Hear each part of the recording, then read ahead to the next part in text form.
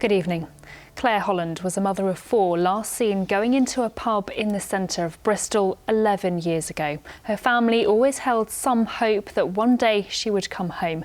But this afternoon, that hope turned into grief as Claire's ex-boyfriend was found guilty of her murder. Darren Osment became the target of a covert police operation 7 years after Claire disappeared. An officer calling himself Paddy O'Hara befriended him, all the while building a body of evidence that would lead to catching Claire's killer. This evening, thanks to a legal application by ITV News, Robert Murphy can tell us the whole story of how police solved this brutal case. And a warning, you may find details in this report distressing. Surprising. Darren Osment is confessing to a killing he would later retract. My missus had my son taken off of us for social services. Yeah. So I did the wrong thing really, but I'm admitting to it now. It's July 2019. Osment, while drunk, claims he has killed his ex-partner. What's her name? Claire Holland. The following day, when sober and with a lawyer, Osment would claim he had been making it up. Claire Holland was the mother to Osment's eldest son as well as 3 other children. Detectives began a major investigation. How could they rebuild this case from 7 years earlier? So here is a map of Bristol city centre. Deb Seck and her small team of CCTV analysts at the major crime team went through the security footage seized by officers back in 2012, all 1,700 hours of it. Could they discover a murder scene or a deposition site?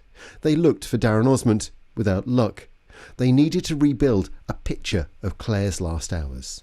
We could do a timeline or a chronology of her all day, so we know where she's been, who she's spoken to, who she's not spoken to. When's the last sighting? When does it stop? So the last sighting of Claire Holland on CCTV is on Baldwin Street. She's walking from the direction of Bristol city centre towards Seamus O'Donnell's pub, where we know that she got there, and that was about 9:32 in the evening. But there's no sight of her leaving? There is no signs of Claire Holland leaving Seamus O'Donnell's. This work and other inquiries took months, so with little evidence, no body and no forensics, detectives began a covert inquiry on their prime suspect, Darren Osment. The bar's quite high in relation to the use of various different types of covert activity. So this is a homicide and we don't have a body. So we have two priorities: is find out what we can find out the truth of what happened to Claire, and the fact that Darren had spoken to the police, phoned us up.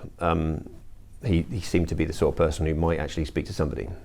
The covert officer was given the legend Paddy O'Hara, and he was deployed in December 2020. And this was still the time of lockdown. And Osment, who was a pub chef, was out of work and in need of cash. Paddy approached Osment here at this shopping centre near his home, struck up a casual conversation and offered him a bit of casual cash-in-hand work. Over the following 20 months, their relationship grew, and Paddy even alluded to having a criminal history, even suggested he himself had murdered someone. But secretly, he was recording these meetings. He made 1,200 hours of recordings, both audio and visual. Here, Osment describes finding Claire drunk and assaulting her. And she wouldn't, so I didn't. I the room, shut the door, I told her to off, go make the milk and bring it back up here. Then, on June the 15th last year, came what the court would later hear described as Confession 16. Firstly, the pub chef described how he had either killed or dealt with Claire's body after death. Because, put it this way, life skills.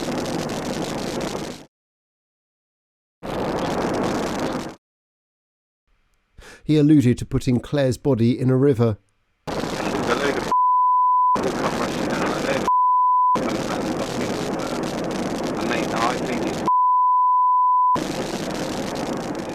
What he did with the weapon. No, I put that in someone else's knife box a long time.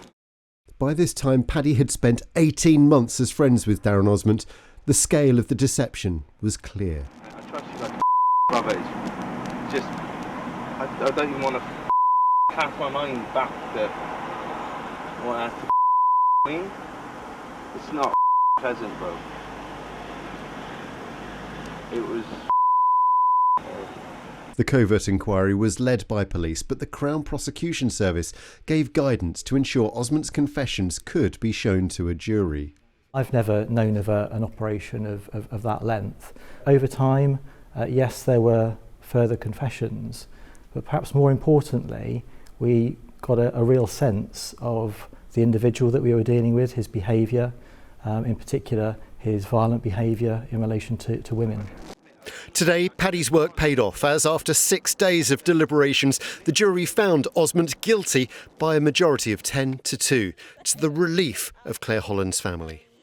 It's just we just got justice and we finally have that closure, which is good. And Jackie, as Claire's mum, what does this mean for you? Yeah, I am happy, but we still haven't got Claire. No. We still haven't got Claire, but at least we know that, he's got life. She's got justice. Today, justice was served against the man who killed, confessed, recanted, then was the subject of one of the longest and most complicated homicide covert operations in recent years. Darren Osment faces a life sentence for the life of the woman he took more than 10 years ago. Well, it's been 11 years since Claire's family saw her. They always thought she had suffered some awful accident, but in 2019, police told them they thought her ex-partner may have murdered her. They were oblivious to the 2-year covert operation, and today, even though Claire's killer has been convicted, they still have so many questions. Well, she's my sister. She meant the world to me. We were doing normal sister things. She was stealing my clothes. We were going for coffee. It was lovely. And I've had to carry around the guilt with me for 11 years.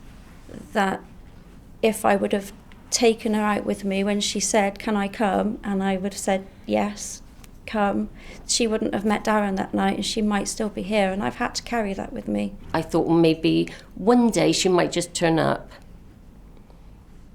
But at the back of my mind, I also thought we're never going to see her again. But there was always that little bit of hope.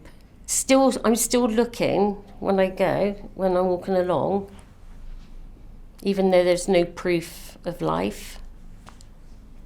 Yeah, she wanted to do so much and she's missed out on so much. It makes me feel sick, especially hearing some aspects of it in the way that Darren spoke about my sister and the lack of respect he had for her and women in general. It just makes my stomach turn. And all I have are the images of Claire being so bouncy and happy. "Oh, I'm going to go and see Darren," for it to turn out in a way which is unimaginable. But not to have a body and not to have closure. That's the main thing. That's what we want, it's closure. But it'd be nice if he could just tell us where the body is or what he done to her, so that we know. It just goes to show what sort of person he is, really. You can see that we're grieving as a family and that we need that closure. And he could give us that closure, but he's choosing not to. So that's still him having some control over Claire, because we have no resting space for her. We have nowhere where we can go to say our goodbyes. We've got nothing. He's taken all that from us, not only from Claire, but from us as well. And it's really hurtful. Well, Robert, who you saw talking to Claire's family, joins us in the studio now. Rob, it's been a long case. It's been one of those things where you had to stand up and ask for that covert material to be released. Yeah. Why did you feel it was so important to get that released? Yes, well, the police quite rightly and understandably said they didn't want it to be released because it might reveal covert tactics. And frankly, none of us want to do anything that would endanger any covert officer in the field. And look at what Paddy did there. For nearly 2 years, he was putting himself, up close with a murderer. Incredible job, an incredible officer. But as soon as it's shown in court, there suddenly becomes a competing demand. And that is open justice, which is why we made the application, and the judge sided with us at ITV News. And the whole case really relied on these confessions over nearly 2 years. There were 16 confessions, yet there were also 15 denials made by Osment, 1,200 hours of recording, mostly audio. And we're going to give you another example here, the kind of thing that the jury had to listen. Here's an audio recording from May last year. Mate, I've done what I've done, and I've done what I did. I did what I did, done what I've done, whatever, innit? But You know, it's not something I'm bang on about. But even here, I'd be like that before I even speak a word. I mean, I sort of pretty much assumed that you sort of knew.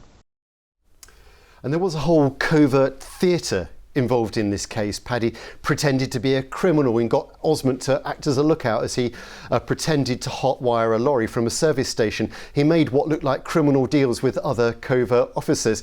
He was trying to impress Osment, trying to gain that confidence and then trying to gain the confession. Everything really hinged on Paddy's work. That covert work was really important, and the bravery of the officer who conducted all that undercover work is second to none. And he endured and tolerated Osment's company for a very long time for good reason, and gained his trust, and subsequently, as you know, gained really valuable information about what happened, which allowed the jury to reach a verdict. Well, that was Darren Osment, the lead detective, who's been running this case for 4 years now. Incredibly complicated case.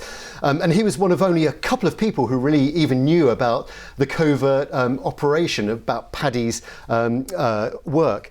And it led to this moment we had in court this afternoon, extremely emotional, as the foreman of the jury stood up and said that, yes, indeed, Darren Osment was guilty. Her family, Claire's family, was in tears. They now know who killed their daughter, but they don't know how, where, why. They don't know where she is. 11 years, no funeral. Darren Osment is due to be sentenced next Wednesday. OK, Robert, thank you.